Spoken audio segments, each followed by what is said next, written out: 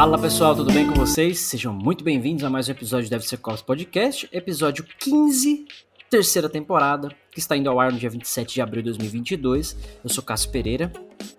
Eu sou Marcos Santos. E eu sou o Rodrigo Balbini. Esse trouxa desse Marcos, ele fica parando a cara no vídeo, né? Pra fingir que a imagem tá congelada, né, mano? Que ódio que dá disso, velho. Puta que pariu. Pra você que tá acompanhando a gente nas plataformas de áudio, dá uma olhadinha, dá uma espiadinha no YouTube pra você ver essa cara de tolo dele que ele faz. Dá pra ver na plataforma de áudio? Um vídeo? Não sei. talvez agora sim, o Elon Musk comprou o Twitter, talvez agora dê pra fazer alguma coisa assim. Não tem nada a ver com nada, mas enfim. Quero nem brincar com isso, que eu não sei escrever 44 bilhões. Antes de falarmos dos episódios que virão a seguir, na verdade, deixa eu dar um recadinho aqui sobre o DevSecOps Podcast, em geral, tem o apoio das Checkmarks da Nova 8, que são especializadas em segurança de sistemas e código seguro. O link da Nova 8, como sempre, a distribuidora da Checkmarks no Brasil exclusiva. Só a Nova 8 vende Checkmarks no Brasil. Está abaixo na descrição do episódio, no YouTube e lá no nosso site também. Bom, gente, o negócio é o seguinte. Episódio 15, terceira temporada. Como a gente tinha falado no episódio anterior, está começando hoje uma série nova aqui no DevSecOps Podcast de 12 episódios. Né? Nesses 12 episódios em sequência, episódio número 1 hoje, em sequência, você vai ouvir, a gente vai comentar aqui sobre as 12 etapas do processo de SDL. Para quem não sabe o que é SDL, e eu já tinha anunciado lá no YouTube a semana passada, o que você vai fazer? Microsoft.com/SDL. Você vai entender lá sobre quais são as práticas do SDL, o que é o Secure Development Lifecycle, e a gente vai explicar para vocês, vou trazer para vocês aqui cada episódio falando de cada etapa, para você de uma vez por todas aprender, entender como é que funciona o ciclo de desenvolvimento seguro. O ciclo de desenvolvimento você já deveria saber, agora você vai saber como que é o ciclo de desenvolvimento seguro. Quer comentar aí um pouquinho sobre cada episódio, Rodrigo? O que vai ser? Como é que é? Queria comentar que desenvolvimento você deveria saber, né? Ciclo de desenvolvimento já é um passo. É o mínimo. Cara, vamos lá. Acho que por episódio, não sei se é necessário a gente falar por cada episódio. Pelo menos o que vem por aí. Tá. Mas o que a gente vê aí é que o SDL ele é dividido em algumas etapas ali que é primordial, né? Então, a gente fala ali no começo sobre treinamento, né? Educação ali. Melhoria. Então, tem algumas questões que a gente vai abordar até nesse episódio sobre treinamento. Fala sobre melhoria de processo. Então, o processo ele é dinâmico, né? E assim como as vulnerabilidades, assim como toda a parte de ataque, então o seu processo também tem que ser dinâmico. E responsabilidades. Então, acho que todos esses episódios aí eles são divididos entre essas 3 categorias aí. Boa. Marcos, quer comentar? Quer dar uma introduzida aí? Quer pôr a cabeça? Não, acho que você já falaram pra caramba. Eu acho que pra mim o episódio que eu tô mais esperando aí é o episódio 4, parte de modelagem de ameaças. Boa. E o episódio 12, né? Que é a parte de incident response também. Então, Aliás, galera, não perde por esperar. Episódio 12 tem uma surpresa. Nem vocês sabem ainda da surpresa, mas já tem uma surpresa. Nós sabemos. Mas os 2 episódios também aí que eu tô mais esperando aí, que eu tô mais afim. O segundo também é legal, a parte de definição de segurança, né? Os requisitos de segurança, é bacana. Só que o episódio 4 e o 12 aí, ó, pra mim vai ser pica. Boa, a gente é igual série, tem a sinopse dos episódios, mas não tem o conteúdo. O conteúdo você vai ver só no dia, né, na sequência, começando hoje. Então, Marcos, você esqueceu que você é um apresentador, não um consumidor deste podcast? Tá tudo bem. O importante é a gente passar pra galera o que vai rolar, mas não se preocupem. Bom, vamos lá, então vamos falar do primeiro episódio 15, né, na temporada, né, mas é o primeiro episódio da série. Então a gente vai falar hoje sobre Provide Training, exatamente o que a Microsoft sugere lá no SDL. Então é prover treinamento. O que é esse tipo de treinamento? Eu queria até pedir licença para os meninos para eu começar dando uma introduzida sobre isso. Porque quando a gente fala de treinamento, o pessoal pode entender qualquer tipo de treinamento, mas não é. A gente está falando de SDL, Secure Development Lifecycle. Então quando a gente fala de treinamento de segurança, e não à toa, né, a primeira etapa do SDL Microsoft é exatamente isso. Prover treinamento. O que ele quer dizer com isso? Todo mundo, eu vou repetir, todo mundo todo mundo envolvido no ciclo de desenvolvimento de software deve ter algum nível de treinamento. Esse é o ponto. Então, é isso que eu até colocar algo aí. Coloque. Quem é todo mundo que está envolvido? Porque isso que é muito interessante. Quando a gente fala de desenvolvimento, fala de segurança, a galera, quando fala de segurança, o pessoal só pensa no pessoal de SI. Quando fala de desenvolvimento, pensa no time de dev específico. Esquece infra, esquece tester, esquece QA, esquece todo mundo. E acaba deixando muita coisa para trás. Então, acho que a gente definir quem é todo mundo já é um passo gigantesco para isso. Eu acho que a pergunta, ao mesmo tempo que ela é fácil de responder, ela é absurdamente impossível. Por que ela é fácil? Se você parar para analisar o ciclo de desenvolvimento padrão, você tem lá as figuras e os papéis. Você tem o dev, você tem o QA, você tem o cara que faz deploy, você tem o próprio usuário, você tem o analista de sistema, hoje o DevOps, né? Antes era a galera de ALM. Então, às vezes a gente fala de quem está envolvido no desenvolvimento. É o desenvolvedor e o tester. Mas, cara, o cara que faz deploy também, o DevOps hoje em dia também. O cara que olha a produção, que está lá no ambiente, né? Infraestrutura também, o cara de redes também. Ele está suportando aquela aplicação de alguma forma. E eu eu incluo até o usuário nisso. Ele requisita, a demanda de negócio vem dele, né? Por que não? Até dependendo do level, até o CEO. A demanda de negócio vem de algum lugar. Esse algum lugar pode ser qualquer um dentro da empresa, né? No nível de usuário ou no nível de negócio. Quando eu falo todo mundo envolvido no ciclo de desenvolvimento, não é só a galera técnica. Muito, muito pelo contrário, é todo mundo literalmente envolvido. E aí por que ela é difícil de responder? Eu já trabalhei em empresa que o todo mundo era eu. Eu era o dev, eu era o tester, eu era o deployer, eu era o dono, era eu. O analista, o PO, o gerente. E já trabalhei em empresa que eu era o cara que mexia no label. Tinha mais 12 pessoas na frente, mais 500 pra trás, que já mexeram alguma coisa pra chegar naquele label, entendeu? Então, todo mundo, é impossível responder por cada empresa, mas se você olhar o modelo de desenvolvimento, você tem ali os papéis pré-definidos, quem é esse todo mundo. Boa. Então, quando a gente fala de treinamento, esse todo mundo, dependendo da tua empresa, tem que, de alguma forma, ser treinado quanto à segurança. Não só segurança de aplicação, mas segurança da informação como um todo. E aí vai depender de cada um, mas enfim, eu ia comentar e a gente vai discorrendo sobre isso. Não, acho que com dado o nome aos bois, que acho que é muito importante isso, porque acho que fiz questão de frisar isso, porque para não ter essa distinção, essa separação. Então, quando se fala todo mundo envolvido com o processo de desenvolvimento, desde quem requisita até quem consome. Então, exato. Todos. Todos. Beleza, desculpa. Beleza. Então, a gente sabe quem tá envolvido aí, né? Quem precisa de ter esse treinamento. Acho que o que a gente pode falar é qual seria esse escopo de treinamento, ou como dividir, né? Dado que treinamento ainda é muito abrangente. Então, quando a gente fala de treinamento, o que é treinamento? O que envolve isso? O que a gente pode falar e quem que a gente envolve nesse processo? Tá. Antes até de eu comentar, eu queria que o Marcos falasse um pouquinho aí da plataforma que ele tem trabalhado com relação a treinamento. Tem um público-alvo esse treinamento dele, ele vai falar um pouquinho aí da plataforma. Explica aí, Marcos, pra galera, que também pode ajudar nesse ciclo de desenvolvimento seguro. Né? Hoje eu trabalho com uma ferramenta chamada Code Bashing, ela é da Checkmarx, tá? Uma puta ferramenta de treinamento, onde você vai ter ali várias linguagens, tem treinamento que não é voltado para linguagem, sem vulnerabilidade, como por exemplo Log4j, por exemplo, Spring Shell, entre outras. Uma plataforma ali bem inclusiva, bem fácil, didática. Você tem exemplos de código-fonte, você tem a parte onde você consegue ver o log em tempo real. Então, é uma plataforma bem completa e que ajuda muito o desenvolvedor a aprender um pouco mais sobre essa questão de segurança, né? Desenvolvimento seguro no geral. Então, eu gosto bastante. É uma ferramenta que me ajuda também no dia a dia. Boa.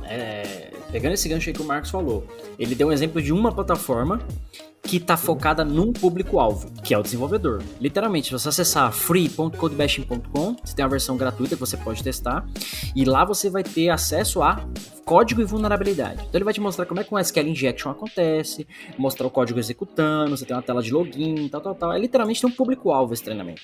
Por quê? É o desenvolvedor que cria a vulnerabilidade, ele que corrige a vulnerabilidade, assim como é ele que tem que parar de criar as vulnerabilidades, para não virar um ciclo, né, infinito. Então essa é a ideia, que ele seja educado para que pare de criar essas vulnerabilidades. Então, esse é né? O todo mundo no ciclo de desenvolvimento, esse é um cara. O que o tester pode colaborar? O que o DevOps pode colaborar? O que o próprio usuário... Porque aí olha só aquela história. No episódio 2 a gente já falou sobre requisitos de segurança. O usuário define os requisitos funcionais do software. Então, se ele já souber sobre segurança, ele vai trazer um requisito mais formatado para que ele tenha segurança. Percebe? E aquele software vai naturalmente ser mais protegido. E não ele vai falar assim, preciso de uma tela de cadastro. Com esse dado. E acabou. E olha que interessante que é essa estrutura de SDL, né? Ela configurada e com essa ordem até, né? A ordem é necessária. Você falou do usuário vir com o requisito e já pensando em segurança. Por isso que ele já tem que ter, em primeiro lugar, o treinamento. Ele já tem que pensar naquilo, ele já tem que saber que o que ele está fazendo pode causar um problema ainda. Que é um risco. Exato. Então é importante esse ponto do primeiro identificar quem é o pessoal envolvido no seu ciclo de desenvolvimento, né? Quem participa daquele software, desde a concepção até a entrega, até a monitoramento, até a descontinuação dele. Porque aí você vai definir, beleza, isso já sei a minha galera, que você falou, que treinamento eu vou dar? Você não vai dar o mesmo treinamento para corrigir vulnerabilidade que você faz para o desenvolvedor, como o Marcos trouxe agora, para o usuário. Ou para o cara que está em produção, monitorando a aplicação, não faz sentido. Então você tem um cara que vai olhar para audit log. Então o que ele tem que olhar do ponto de vista de ameaças? O que o outro cara tem que olhar do ponto de vista de proteção? O que o dev tem que olhar do ponto de vista de vulnerabilidades, risco? Vai ter uma galera que vai olhar só para risco. Vai ter uma galera que vai olhar só para fraude, por exemplo. Então eu trabalhei um tempo na Serasa e lá a gente tinha treinamentos constantes sobre, por exemplo, lavagem de dinheiro. Corrupção, esse tipo de coisa. Cara, você tem que ter cuidado, você trabalha numa empresa, né, que tem esse tipo de... como é que posso falar? Ela é alvo, né, desse tipo de coisa. Então tem que tomar cuidado. Os usuários eram sempre conscientizados acerca dos riscos que aconteciam lá. Então exatamente esse o ponto. Quando a gente fala de SDL, esse treinamento no ciclo de desenvolvimento, quem em cada papel tem que ter um treinamento específico, né, e aí para que esse treinamento seja assim, aquela história, né? O próprio SDL fala isso. Segurança é uma responsabilidade de todo mundo. Eu uso isso como minha frase pessoal, né? Segurança é a responsabilidade de todos. Porque é exatamente isso. O desenvolvedor é o cara que cria a vulnerabilidade. Mas quem é o cara que detecta? Quem é o cara que evita? Quem é o cara que corrige? Né? E todo mundo envolvido nisso tem um público-alvo para cada coisa. Esse é o ponto. Eu queria perguntar para vocês, o que vocês já viram de exemplos de treinamentos que vocês já tiveram, algumas coisas na empresa que vocês passaram, alguma coisa assim? Ter é uma palavra muito forte. É uma palavra muito forte, ter. É melhor perguntar o que vocês já viram. Pode ser algo do tipo. Cara, algo que eu achei bem interessante mesmo foi, até voltado para desenvolvimento, né? Até que minha vida foi 15 anos aí na área de desenvolvimento. Foi algo bem parecido com essa ferramenta até que o Marcos estava comentando. Que era você fazer gamification para poder identificar vulnerabilidades, para você ver de fato acontecendo ou explorar aquela vulnerabilidade. Então, quando você mostra que aquilo é real, né, quando você vê no treinamento, você põe a mão na massa, quando você vê aquilo acontecendo e sua aplicação estando vulnerável por algo que você colocou ali, tipo, sem pensar ou por, sei lá. Falta de conhecimento mesmo. Ignorância, da forma mais simples possível. Então, era um treinamento assim, eu achei fantástico quando eu vi aquilo. Caramba, mano, é uma coisa simples que entra na sua cabeça e acabou, mano. Você nunca mais vai pensar diferente. Tudo que você pôr na mão, você fala, cara, beleza, o que eu tô fazendo aqui? Tem alguma coisa errada? Pode trazer um risco, né? Então, treinamento com gamification. Quando eu vejo isso daí que eu falo, cara, acho que tem que... esse é o caminho. Acho que foi um dos treinamentos que eu vi, assim. Outro que eu vi, que eu achei sensacional, justamente que mudou essa minha visão de quem são os responsáveis, né, pelo software. Que quando se envolvia todo mundo, desde secretária, porque era a pessoa que estava acessando a mesma rede das pessoas, pessoal da limpeza, então todo mundo era envolvido. E quando eu vi aquilo, foi quando deu esse grupo, caramba, realmente... por isso que eu reforcei, assim, quem é todo mundo? Que realmente é todo mundo, tá? Tipo, por mais que não esteja envolvido diretamente, mas só daquela pessoa, sei lá, do usuário, ele tá consumindo a sua aplicação e ela tá colocando, sei lá, imagine que é um drive ou alguma coisa que o usuário vai colocar. Só dele tá colocando arquivos lá sem nenhuma validação, sem nada, é um ponto de vulnerabilidade. Então, então o treinamento cabe para essa pessoa. Cara, isso pra mim, quando eu vi esse tipo de treinamento também, eu fiquei fascinado. Realmente, isso é segurança, né? Você não tá só chutando, tentando descobrir. Não, você tá realmente cercando ali sua superfície de ataque. Fazendo todo mundo, aquela história, né? O objetivo do SDL, quando a Microsoft mesmo fala isso, né? O objetivo do Provide Training é que todo mundo tenha não que todo mundo seja assim, não que todo mundo seja expert em segurança. Todo mundo no sentido de, né, o desenvolvedor é desenvolvedor, o PO é PO, aquela coisa toda. Mas que todo mundo tenha consciência de ataques, como é que eles podem acontecer, os riscos que a gente corre. Porque naturalmente você começa a pensar em se proteger na onde você está inserido. Então, o cara de DevOps vai pensar melhor no deploy que ele vai fazer, na configuração das ferramentas, o dev no próprio código que ele produz, o usuário no requisito que ele vai fazer. Então, todo mundo tem essa mentalidade de proteção. Um exemplo muito simples disso sei lá, você educar um PO, por exemplo, ou um gerente de projeto que seja. Ele não vai mexer, ele não vai saber tecnicamente o que fazer. Mas só dele entender que aquele passo é importante, que ele tem que passar, que ele não tem que dar bypass, já é suficiente para você melhorar a sua segurança, né? Então, por isso da importância desse treinamento. Até pra evitar, às vezes, conflito interno, né? Eu já cara, cansei de trabalhar em empresa que o pessoal, nossa, mas por que a internet é bloqueada? Por que eu não posso entrar em tal site? Por que tem firewall? Por que eu tenho que configurar o usuário, trocar minha senha cada 30 dias? Por quê? E, cara, tudo isso são medidas de proteção, né?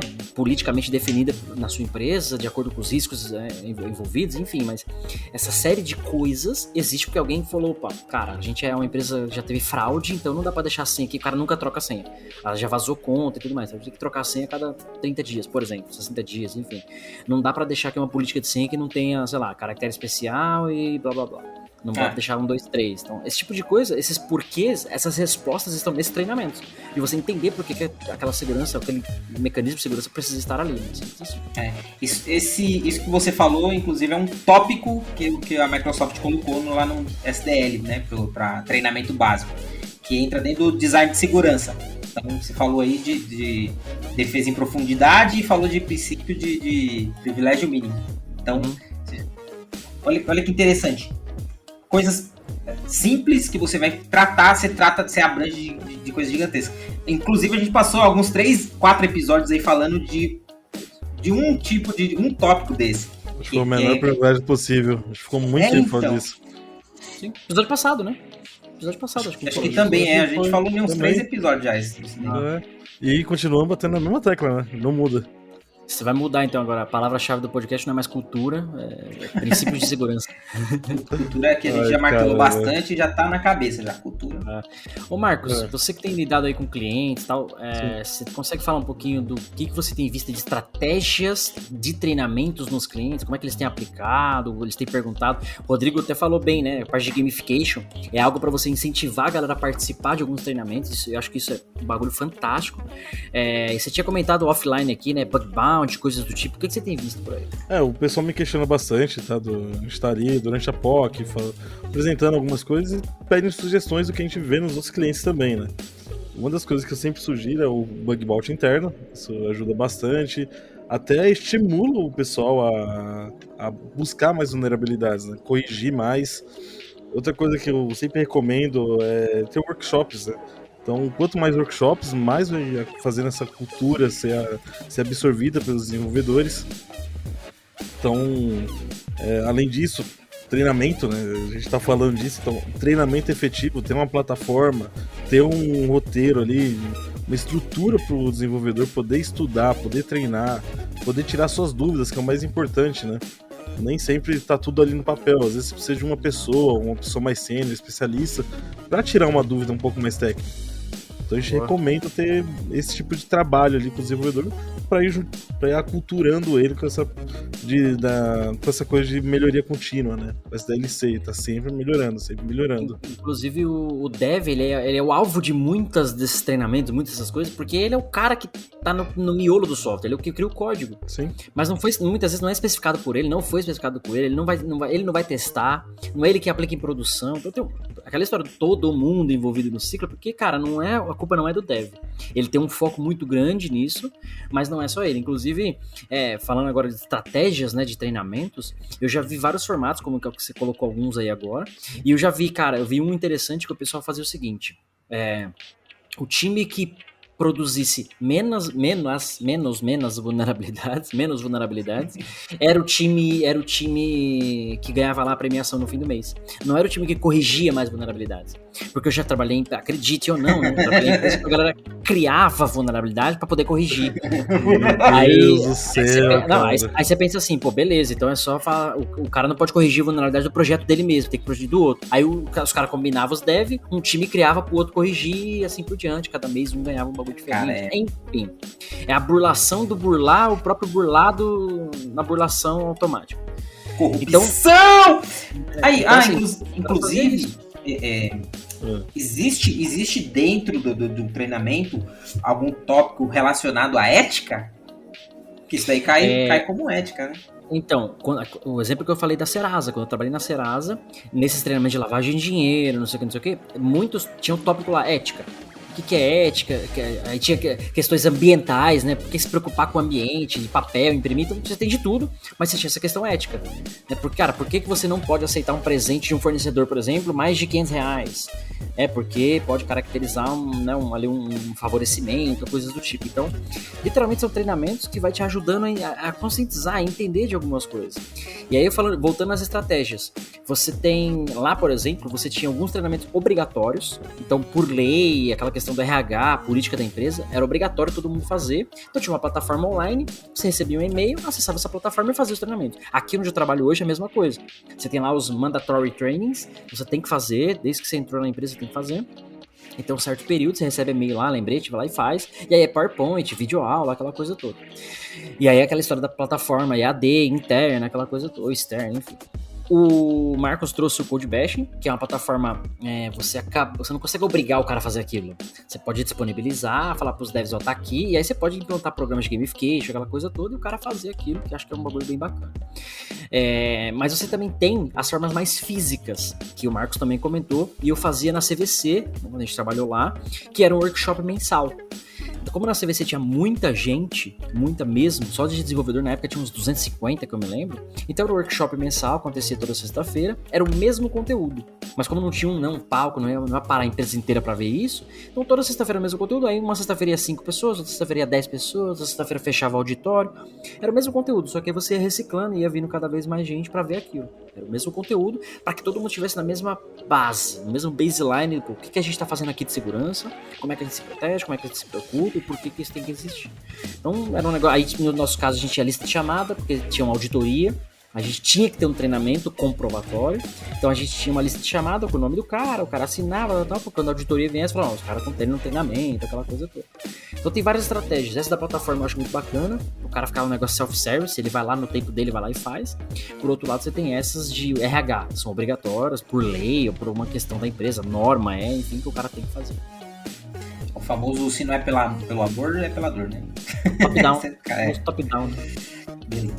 Cara, acho que a gente pode ir afunilando cada vez mais, né? A gente tá abrangendo muitas pessoas, vamos trazer mais parte técnica ali e incluir mais alguns tópicos que pode ser falado dentro de um treinamento. Então, o Marcos estava falando ali ele falou até de modelagem de ameaça. Isso, o tópico 4. Que vai ter episódio 4, só disso. E ele faz parte também, é um tópico que faz parte do treinamento. Então você tem que ter essa visão de modelagem de ameaça, né? Então, o que é a modelagem de ameaça? É o famoso ensinar o cara a não desenvolver mais vulnerabilidades, né? Então você vai tentar filtrar, peneirar o quanto você puder para evitar de criar vulnerabilidades. Então, parece besteira, mas eu acho que para mim, isso daí é o utópico, assim. Se você ensinar modelagem de ameaça, você vai evitar muito problema. Então, acho que se você evoluir com isso, cara, você vai ter uma ferramenta gigante na empresa, né? Se vocês olharem no meu LinkedIn, eu trabalhei em mais de 20 empresas. Chuta quantas eu vi Threat Modeling aplicado lindamente? 3. Marcos.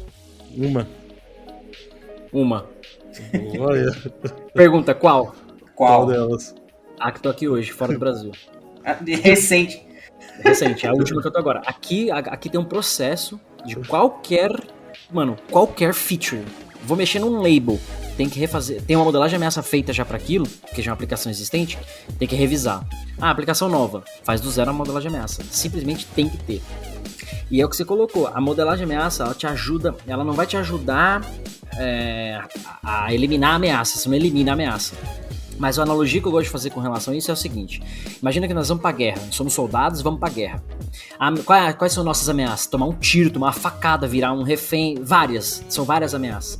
E aí é você se preparar melhor para evitar que elas aconteçam ou, se acontecerem, o impacto não ser tão grande. Vou pra guerra, bota o capacete, bota colete, vai com munição extra, bota a bota certa, a roupa certa, faz um treinamento de corrida, de sprint pra você correr dos tiros, sei lá. Mas você vai se preparar para todas as ameaças que você vai enfrentar. Você não vai conseguir eliminar as ameaças, mas você consegue colocar as suas devidas proteções. Então, esse é o ponto da modelagem de ameaça. Você sabe os seus problemas, as suas ameaças de fato, e você se protege com relação àquilo o máximo possível, de acordo com o teu negócio, de acordo com o teu risco. Lindo. Pra mim é o tópico. Deveria ser top 1 isso. Dentro do ciclo de desenvolvimento. Inclusive ia dar um spoiler aqui de ferramenta, mas não vou dar não. Vou deixar pro deixa pro episódio 4. Não, mas uma das coisas que eu ia falar dessa parte de modelagem de ameaças é que, cara, sem isso você não deveria nem começar a desenvolver a aplicação, igual o Rodrigo falou, é o step 1. Se você não fez a modelagem, já veta ali, já dá o threshold. Não fez modelagem? Volta, refaz. É isso, não tem como você começar algo sem fazer a modelagem. Sabe o que eu tô vendo bastante acontecer agora? As empresas, elas meio que são divididas assim, né? Entre aplicações legadas e projetos novos. Então, em projetos novos você vê acontecer bastante ainda. Os caras têm metodologia, têm uma direção, eles têm um design, né, para essa modelagem de ameaça, tudo bonitinho.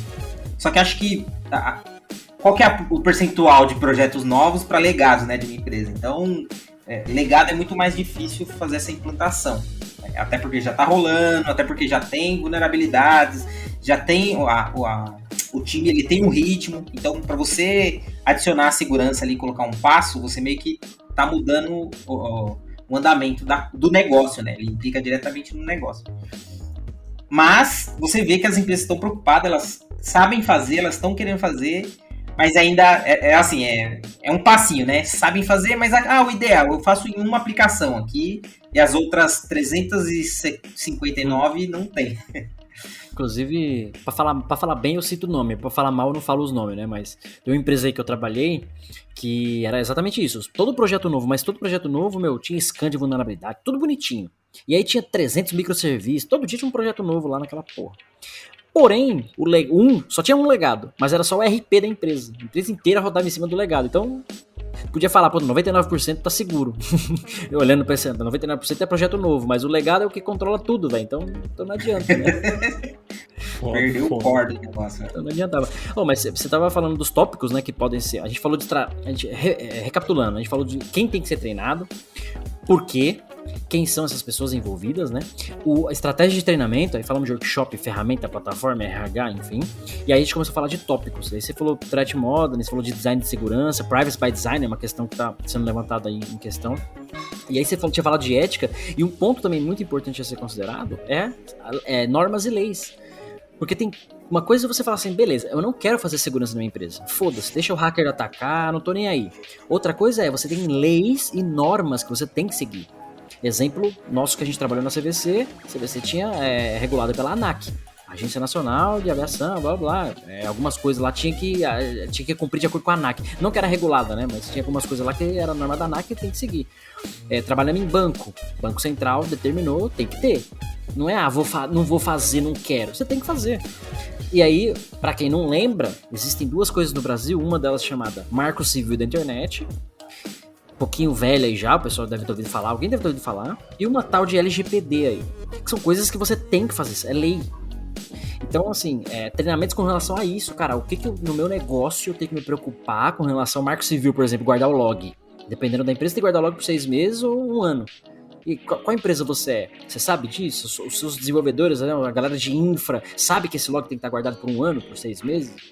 Para toda aplicação, é só para algumas. Então, até esse tipo de treinamento, né, de auditoria, isso tem que ser levado em consideração. Então, quando a gente fala de tópicos, não é só codificação segura, para de criar SQL injection, ou, né, por que tem que ter Fire, por que não tem, mas, cara, é tudo sobre segurança e o que abrange no sentido de desenvolvimento do teu software, né? Obviamente, tudo que tá em volta disso também, a própria infraestrutura, esse tipo de coisa. Cara, é fascinante, cara. É interessante você falar isso, porque... É muita coisa, mano. Na lei, por exemplo, né, tipo, criminalista hoje do país, você não pode falar que não cometeu um crime por não saber dele, né? Não sabia que não podia matar. Nunca li a lei. Tá lá, inclusive você tem acesso gratuito, né? Você pode pegar com seu CPF, você ganha lá o livro, todas as leis e tal. Mas com a empresa, você também não pode chegar lá e falar, não sabia que eu não podia. Cara, tá lá, mano. LGPD, cadê os dados do seu usuário? Como você tá armazenando? Isso daí já vira requisito, né? Então, acho que já entra matéria pro próximo episódio até, mas é o tipo de coisa que não é você que tá definindo, não é a área de segurança, é o compliance ali, né? Você tem que ter. E acabou. Boa. Isso. Eu lembro do banco que eu trabalhei, era muito forte isso, porque eu lembro da época da CPMF, eu tava trabalhando num banco. E aí os caras falaram, não vai ter mais CPMF, né? Acho que era X% lá da transação e tal. Mano, mas foi um parto pra mexer, porque tinha que virar no dia X lá, né? Ia entrar em produção no dia X, tal. Então foi um Deus nos acuda pra mexer em sistema, um monte de código chumbado, nego comentando código. Mano, assim, um absurdo, mas era norma, o negócio tem que valer. Se você não valesse no dia, não estivesse valendo, né, pro teu banco ali naquele dia, você pagava multa do Banco Central, multas absurdas e tal. Então tem uma série de questões, assim, que às vezes o desenvolvedor não sabe. Ele tá ali criando um código, uma aplicação, ele não sabe. E deveria ser um requisito que o usuário deveria ter passado, ou o negócio, né? Olha só onde vai o negócio. Aí o tester deveria ter pego. Pô, mas será que tá limpando o log aqui, ou tá guardando o log e tal? Então você vê como, quando eu falo, desde que eu abri o canal no YouTube, eu falo isso. Todo mundo envolvido no ciclo de desenvolvimento de software tem que aprender sobre application security. Não é só o dev. Ele é o cara que cria vulnerabilidade porque ele tá criando o código. Mas todo mundo envolvido nisso tem que conhecer, cara. Não tem como escapar disso. Simples assim. Sabe uma coisa que eu lembrei? Acho que foi exatamente no episódio passado. A gente falou sobre o diferencial lá, né? Você se sentir dono do negócio, né? Você se sentir responsável por aquilo, a responsabilidade. E daí você vê que existe muitas pessoas que estão em volta ali, que estão lidando com o software, mas acaba passando por todo mundo. Tipo, não é o que o tester pegou que tá errado, foi ele que estava errado, ou passou pelo tester e ele não viu. Não, tem uma cadeia gigante, tem várias pessoas, passa por muitas mãos antes de chegar em produção. Tipo, não é um erro do pessoal, o último cara que pôs a mão. Ou o primeiro, é de todo mundo viu aquilo e não fez nada. Então acho que essa seria reforçar esse diferencial que a gente falou, cara. Você tem que ser dono, você tem que ser responsável. Se você vê, independente qual é a sua área, independente do que você está fazendo, independente se você está envolvido ou não no software, então, se você vê, você tem que comunicar, você tem que chegar para alguém e falar, cara, ó, tô vendo que tá acontecendo isso, ó, tô te dando um toque, não pode, ou, amiguinho, você já ouviu falar do LGPD, já viu? Então, cara, só faça, do it!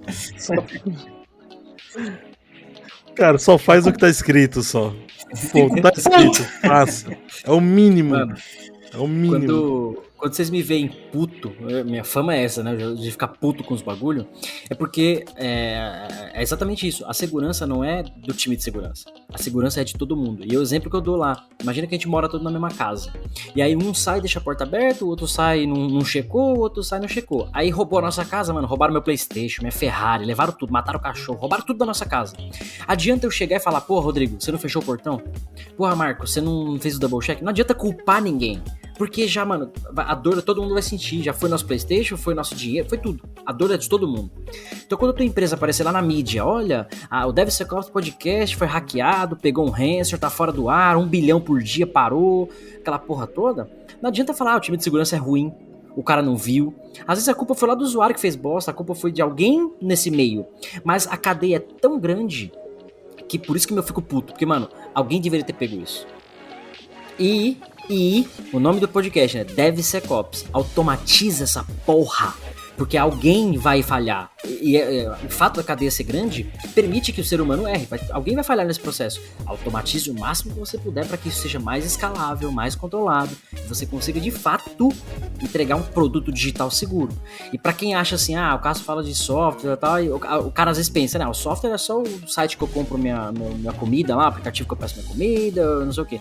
Mano, software é tudo. Tudo é controlado por software. Tudo. A energia que chega na sua casa, a água que chega na sua casa, o carro que é fabricado, o agro, né? O agro é top, porque o agro também é automatizado, tá cheio de coisa lá automatizada. Agrotech. Com software, exatamente, com o software rodando, mano. Então, assim, software é tudo. Quando a gente fala de segurança de software, é em tudo. Não é no seu e-commerce que vende vibrador, que eu tô ligado que você gosta, mas, ou enfim, né? Foda-se que você gosta ou não gosta, mas não é só porque um e-commerce tá fora do ar, ou aquele e-commerce tem um problema, mas de fato, assim, cara, tem software que afeta a vida das pessoas, afeta a sociedade como um todo. Um país, uma nação. Então é esse nível de preocupação que a gente tem que ter. Então quando eu fico puto, é que você ficou puto agora, indignado, porque, mano, não é só o dev, não adianta a gente culpar o dev é só um pedaço disso. É muita gente envolvida, então todo mundo tem que ter o seu papel de responsabilidade. E aí, voltando pro tema do episódio central, né? Prover treinamentos enquanto corporação e organização é para que todos tenham essa consciência, para não cair no que o Marcos falou, né? Eu não sabia da lei. Eu não sabia que existe hacker. Pô, você não sabia que existe hacker? Você não sabia que... Você não precisa ser expert tecnicamente, mas você saber das ameaças que a empresa tem e você estando envolvido no ciclo de desenvolvimento, você tem um conhecimento mínimo ali para entender como você deve se proteger, né? Ou se preocupar com isso. Uma das coisas também, Cássio, que eu gosto de falar com os clientes é porque, beleza, você tá dando um puta treinamento de cultura, mas e o treinamento da solução que o cara tá usando? Se o cara configura errado ali, a cagada vai ser até maior. Então, outra coisa que eu falo, se preocupe com o treinamento da solução. Você está adquirindo uma solução, você está implantando uma solução, o treinamento da solução é importante, cara. Pelo menos ali pro Security Champions, o time que vai fazer a implantação de fato e cuidar. Porque assim, não adianta nada você dar a pessoa participou ali, é um key user, sai daqui 2 meses da empresa e aí, com que conhecimento? Inclusive, isso é uma discussão filosófica, porque a própria codificação, né? Boas práticas de codificação, aí a gente trabalha com desenvolvimento e a gente sabe. Cara, código é bunda, cada um tem a sua, cada um tem a sua lógica. Então você bota lá try catch, no catch você bota o try de novo, chama a mesma função, tá dando erro. Não tá, né? Tá fazendo merda. Então, assim, até as boas práticas de codificação tem que ser constante, é um bagulho constante. Essa parte de treinamento não é um processo que você... beleza, fiz a primeira etapa, vou pra próxima. Não é. O SDL, quando a gente fala que é constante, tudo isso aqui é constante. E o treinamento é o principal deles. Porque constantemente o seu desenvolvedor tem que estar atualizado com o framework que você usa, olhando para as vulnerabilidades em bibliotecas de terceiro. Recentemente o Spring Framework aí também, né, soltou aí uma bomba que tá todo mundo se fudendo. Então, assim, é constante essa parada. Constantemente. Até porque o hacker, ele estuda e ele modifica. Constantemente. Você vai lá e desenvolve alguma metodologia para evitar o ataque, ele desenvolve uma outra. Zero day, cara, sempre tem alguma coisa diferente. Uma outra analogia também que eu sempre faço com relação a essa validação como um todo é todo mundo já deve ter visto aquele vídeo do carro com um boneco dentro, né? E o carro estourando na parede, né? Pra medir o impacto, a segurança, tal. Cara, pra chegar ali, já foi envolvido o cara de design, o cara da segurança, o cara do carro ali, o mecânico, mano, a porra toda. Os engenheiros e tal, pra diminuir o impacto, pra manter o cara. Porque o objetivo acidentes podem acontecer, você não vai evitar que os carros parem de bater. Vai acontecer. Mas aí, como é que você reduz o risco de vida do cara que tá lá dentro? Então, todo esse estudo para o carro ser lançado no mercado 5, 6 anos depois. Talvez esse tempo tenha sido reduzido. Então, quando esse carro chega no mercado, cara, ele já foi testado, validado, mas há muito tempo antes. Por várias pessoas diferentes, vários ciclos diferentes, vários processos de qualidade diferentes. É tanto que, quando tem um recal de algum carro, alguma montadora, é um bagulho absurdo, mano. Puta, tem um parafuso, não sei de onde ali que tá fudido, mano. Traz o carro aqui pra gente arrumar. Porque é um bagulho muito sério isso. Software é o mais sério ainda. Também lidar com vidas, né? Sociedade e tal. Mas ninguém se preocupa. Cara, imagina um Tesla tá configurado errado. Então, que aliado meu software tá cagado aqui. Beleza. Daqui um mês a gente sobe o patch. Importante é vender. Importante é estar no ar. Sobe aí. O exemplo imbecil que aconteceu recentemente foi os dados lá do SUS. Os caras deixaram lá a tabela aberta no banco, os caras foram lá, SQL Injection. O mais básico, cara. É o mais ridículo que existe, mano. Tá no ASP Top 10 aí, desde que o ASP Top 10 existe. Mano, os molequinhos tá aprendendo, velho. Eles vão lá. Mano, não foi hacker que pegou aquela porra. Alguém falou, mano, deixa eu ver aqui o que dá pra fazer aqui. Aí, primeiro item, aí, SQL Injection. Beleza. Aí, ué, consegui. Funcionou. E daí. O professor no curso foi isso. Né? Olha que absurdo. É a porra do controle de vacina da pandemia. É só isso. Só o controle da pandemia. Acabou, mano. Tipo, olha que absurdo, velho. Uma coisa simples, mano. Então, realmente é lidar com vidas. E aí, quando você chega nesse nível de governo, você fica mais puto ainda, né? Que era um bagulho que não era pra dar erro, né? Ou, sei lá. É difícil, mano. É um bagulho filosófico, porque acaba, no fundo, a primeira etapa do SDL que a gente tá falando hoje, né? Provide Training, é exatamente treinamento pras pessoas. As pessoas vão ser sempre o ponto falho, a gente cansa de discutir isso em segurança. Por isso que esses treinamentos, vários deles são constantes. Ética, ambiental, política, normas.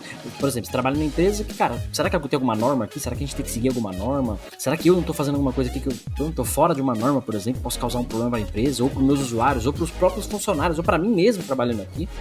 Então, assim, às vezes a galera põe um pouquinho a mão na consciência e fala, cara, deixa eu ver o que eu posso estar melhorando no meu dia a dia. Se eu faço um código, se eu faço uma apresentação, se eu tô compartilhando no OneDrive um bagulho que expondo na internet, igual algumas empresas que tá aí no meu LinkedIn, que nego criava bucket na Amazon, bucket S3 na Amazon pra colocar documento de RH e deixava o bucket público com planilha de salário. Eu falava, mano, pode chorar, velho. Você não pode não, cara. E assim, mesma empresa que a gente gastou, tipo, 500 mil reais pra colocar Fire de borda, por exemplo. 5, 6 Fire, e o nego criando bucket pra planilha. Você falou de ler norma, me veio uma lembrança horrível. Meu primeiro estágio na área de TI, primeiro trampo. Cheguei, aí cadê a máquina? Não tem máquina. Beleza, já pedimos, vai chegar. Enquanto não chega, toma um livrinho pra você ler e vai se inteirando aí. Era o livro da ISO, assim, ó, dessa grossura, mano. Primeiro trampo de estágio. Comi 3 livros da ISO, mano. Aff, Maria. Próximo episódio, então, você vai ver com o Rodrigo Balbino, ISO 27002, cada capítulo, 80 horas de episódio. Cara, vamos caminhar pro final, que acho que o papo tá bom pra caramba, mas acho que tem um tema legal pra gente falar, que é a parte de teste de segurança, né? Acho que pra finalizar aí, fala a parte de testes, né? Não adianta ter o treinamento se você não tiver o testezinho ali, né? A gente vai ter um episódio, deixa eu lembrar, 4, 5, 6, 7, 8, 9, 10, 11 até. 8, 9, 10, 11. A gente fala de tipos de testes segregados, né? Mas assim, quando chegar lá, os caras perguntam, mas por que tem isso na minha pipeline? Por que tem isso na minha esteira? O treinamento vai te explicar, meu querido. Por que você tem que fazer isso? Por que tem que testar aquilo? Por que aquilo outro? É simples assim. E é interessante, existe por uma razão, né? Não é algo, não é uma burocracia, não é. Tem uma razão. Por que tem que fazer isso? Tem uma razãozinha. É aquela história muita gente acha que o time de segurança é chato. Ah, a pessoa é chata. Cara, não é. Às vezes a galera nem quer fazer aquilo, mas você tem que fazer aquilo. É de fato pra sua própria proteção. É igual, eu, por exemplo, eu odeio usar mais de 2 blusas. É uma camisa e uma blusa pesada por cima. E aqui, mano, aqui onde eu tô, o inverno é pesado. Eu cheguei a pegar menos 14 já. Então é uma camisa, já uma blusa pesada, um moletom, e aí por cima a blusona do inverno. Já é 3. Mano, eu sou muito calorento, eu não gosto literalmente. Só que no inverno aqui pesado, eu preciso. Então se eu não fizer isso, eu vou ter gripe, vou passar frio e tal. Então às vezes não é o que você quer fazer, o que você gosta, o seu conforto. É um bagulho, mano, tem que fazer pra sua própria proteção. Então quando a gente fala desses treinamentos, é pra explicar pra galera do porquê de algumas coisas, né? Todo mundo entender. Mas o mais importante, que a própria SDL destaca para que todo mundo tenha o mesmo conhecimento das ameaças, né, dos ataques, quais os riscos que a gente corre, para que todo mundo possa se preocupar, cada um no seu papel, no seu nível, né, com relação a isso. Boa, Marcos. tem recadinho hoje, cara? A gente falou pra caralho, dá pra falar mais, mas tempo é limitado. Vamos começar já no episódio 2 aqui. Enfim, manda um recado aí pra caralho. Tem um recadinho pra galera. Quem estiver escutando a gente nas plataformas de áudio, por favor, eu tô pedindo, implorando, clica no botão seguir, compartilha aí com o pessoal, vamos disseminar aí. A gente tá estamos nos episódios de SDLC.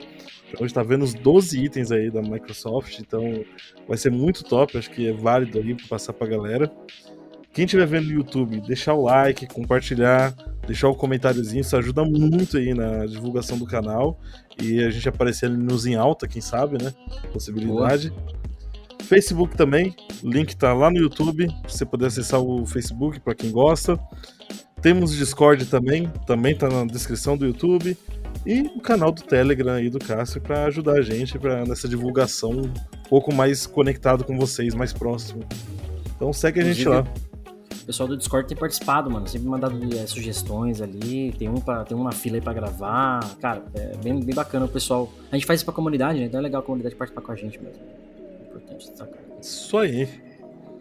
Boa. Então, é isso. Treine, seja treinado e proveia treinamento, enfim. Mas não é na academia, não. Também, você tá gordo, mas treinamento, né? É importante. Como diria o grande filósofo, busquem conhecimento. Busquem conhecimento. Bom, então acabou a piada, não tem mais piada, né? Não, esses 2 episódios não, por favor. Eu diria que nem cabe essa piada. Hoje foi o episódio mais sério que eu já vi do podcast. Acho que hoje vale encerrar com essa frase aí do Rodrigo, mais conhecido como o grande mestre conhecedor. Ele falou, né? Busquem conhecimento. Apenas busquem conhecimento. Exatamente. Digita isso no Google que você vai saber quem falou essa frase. Um puta filósofo contemporâneo, cara. Vale a pena. Sim, à frente do nosso tempo. Muito à frente, não tenha dúvida. Bom, fechou então. Episódio 15 da 3ª temporada. Primeira parte da nossa série de 12 episódios aqui do SDL. Você ouviu sobre Provide Training. Eu sou Cássio Pereira. Eu sou Marcos Santos. E eu sou Rodrigo Balbino. E a gente se vê na semana que vem. Um beijo. Beijos, pessoal.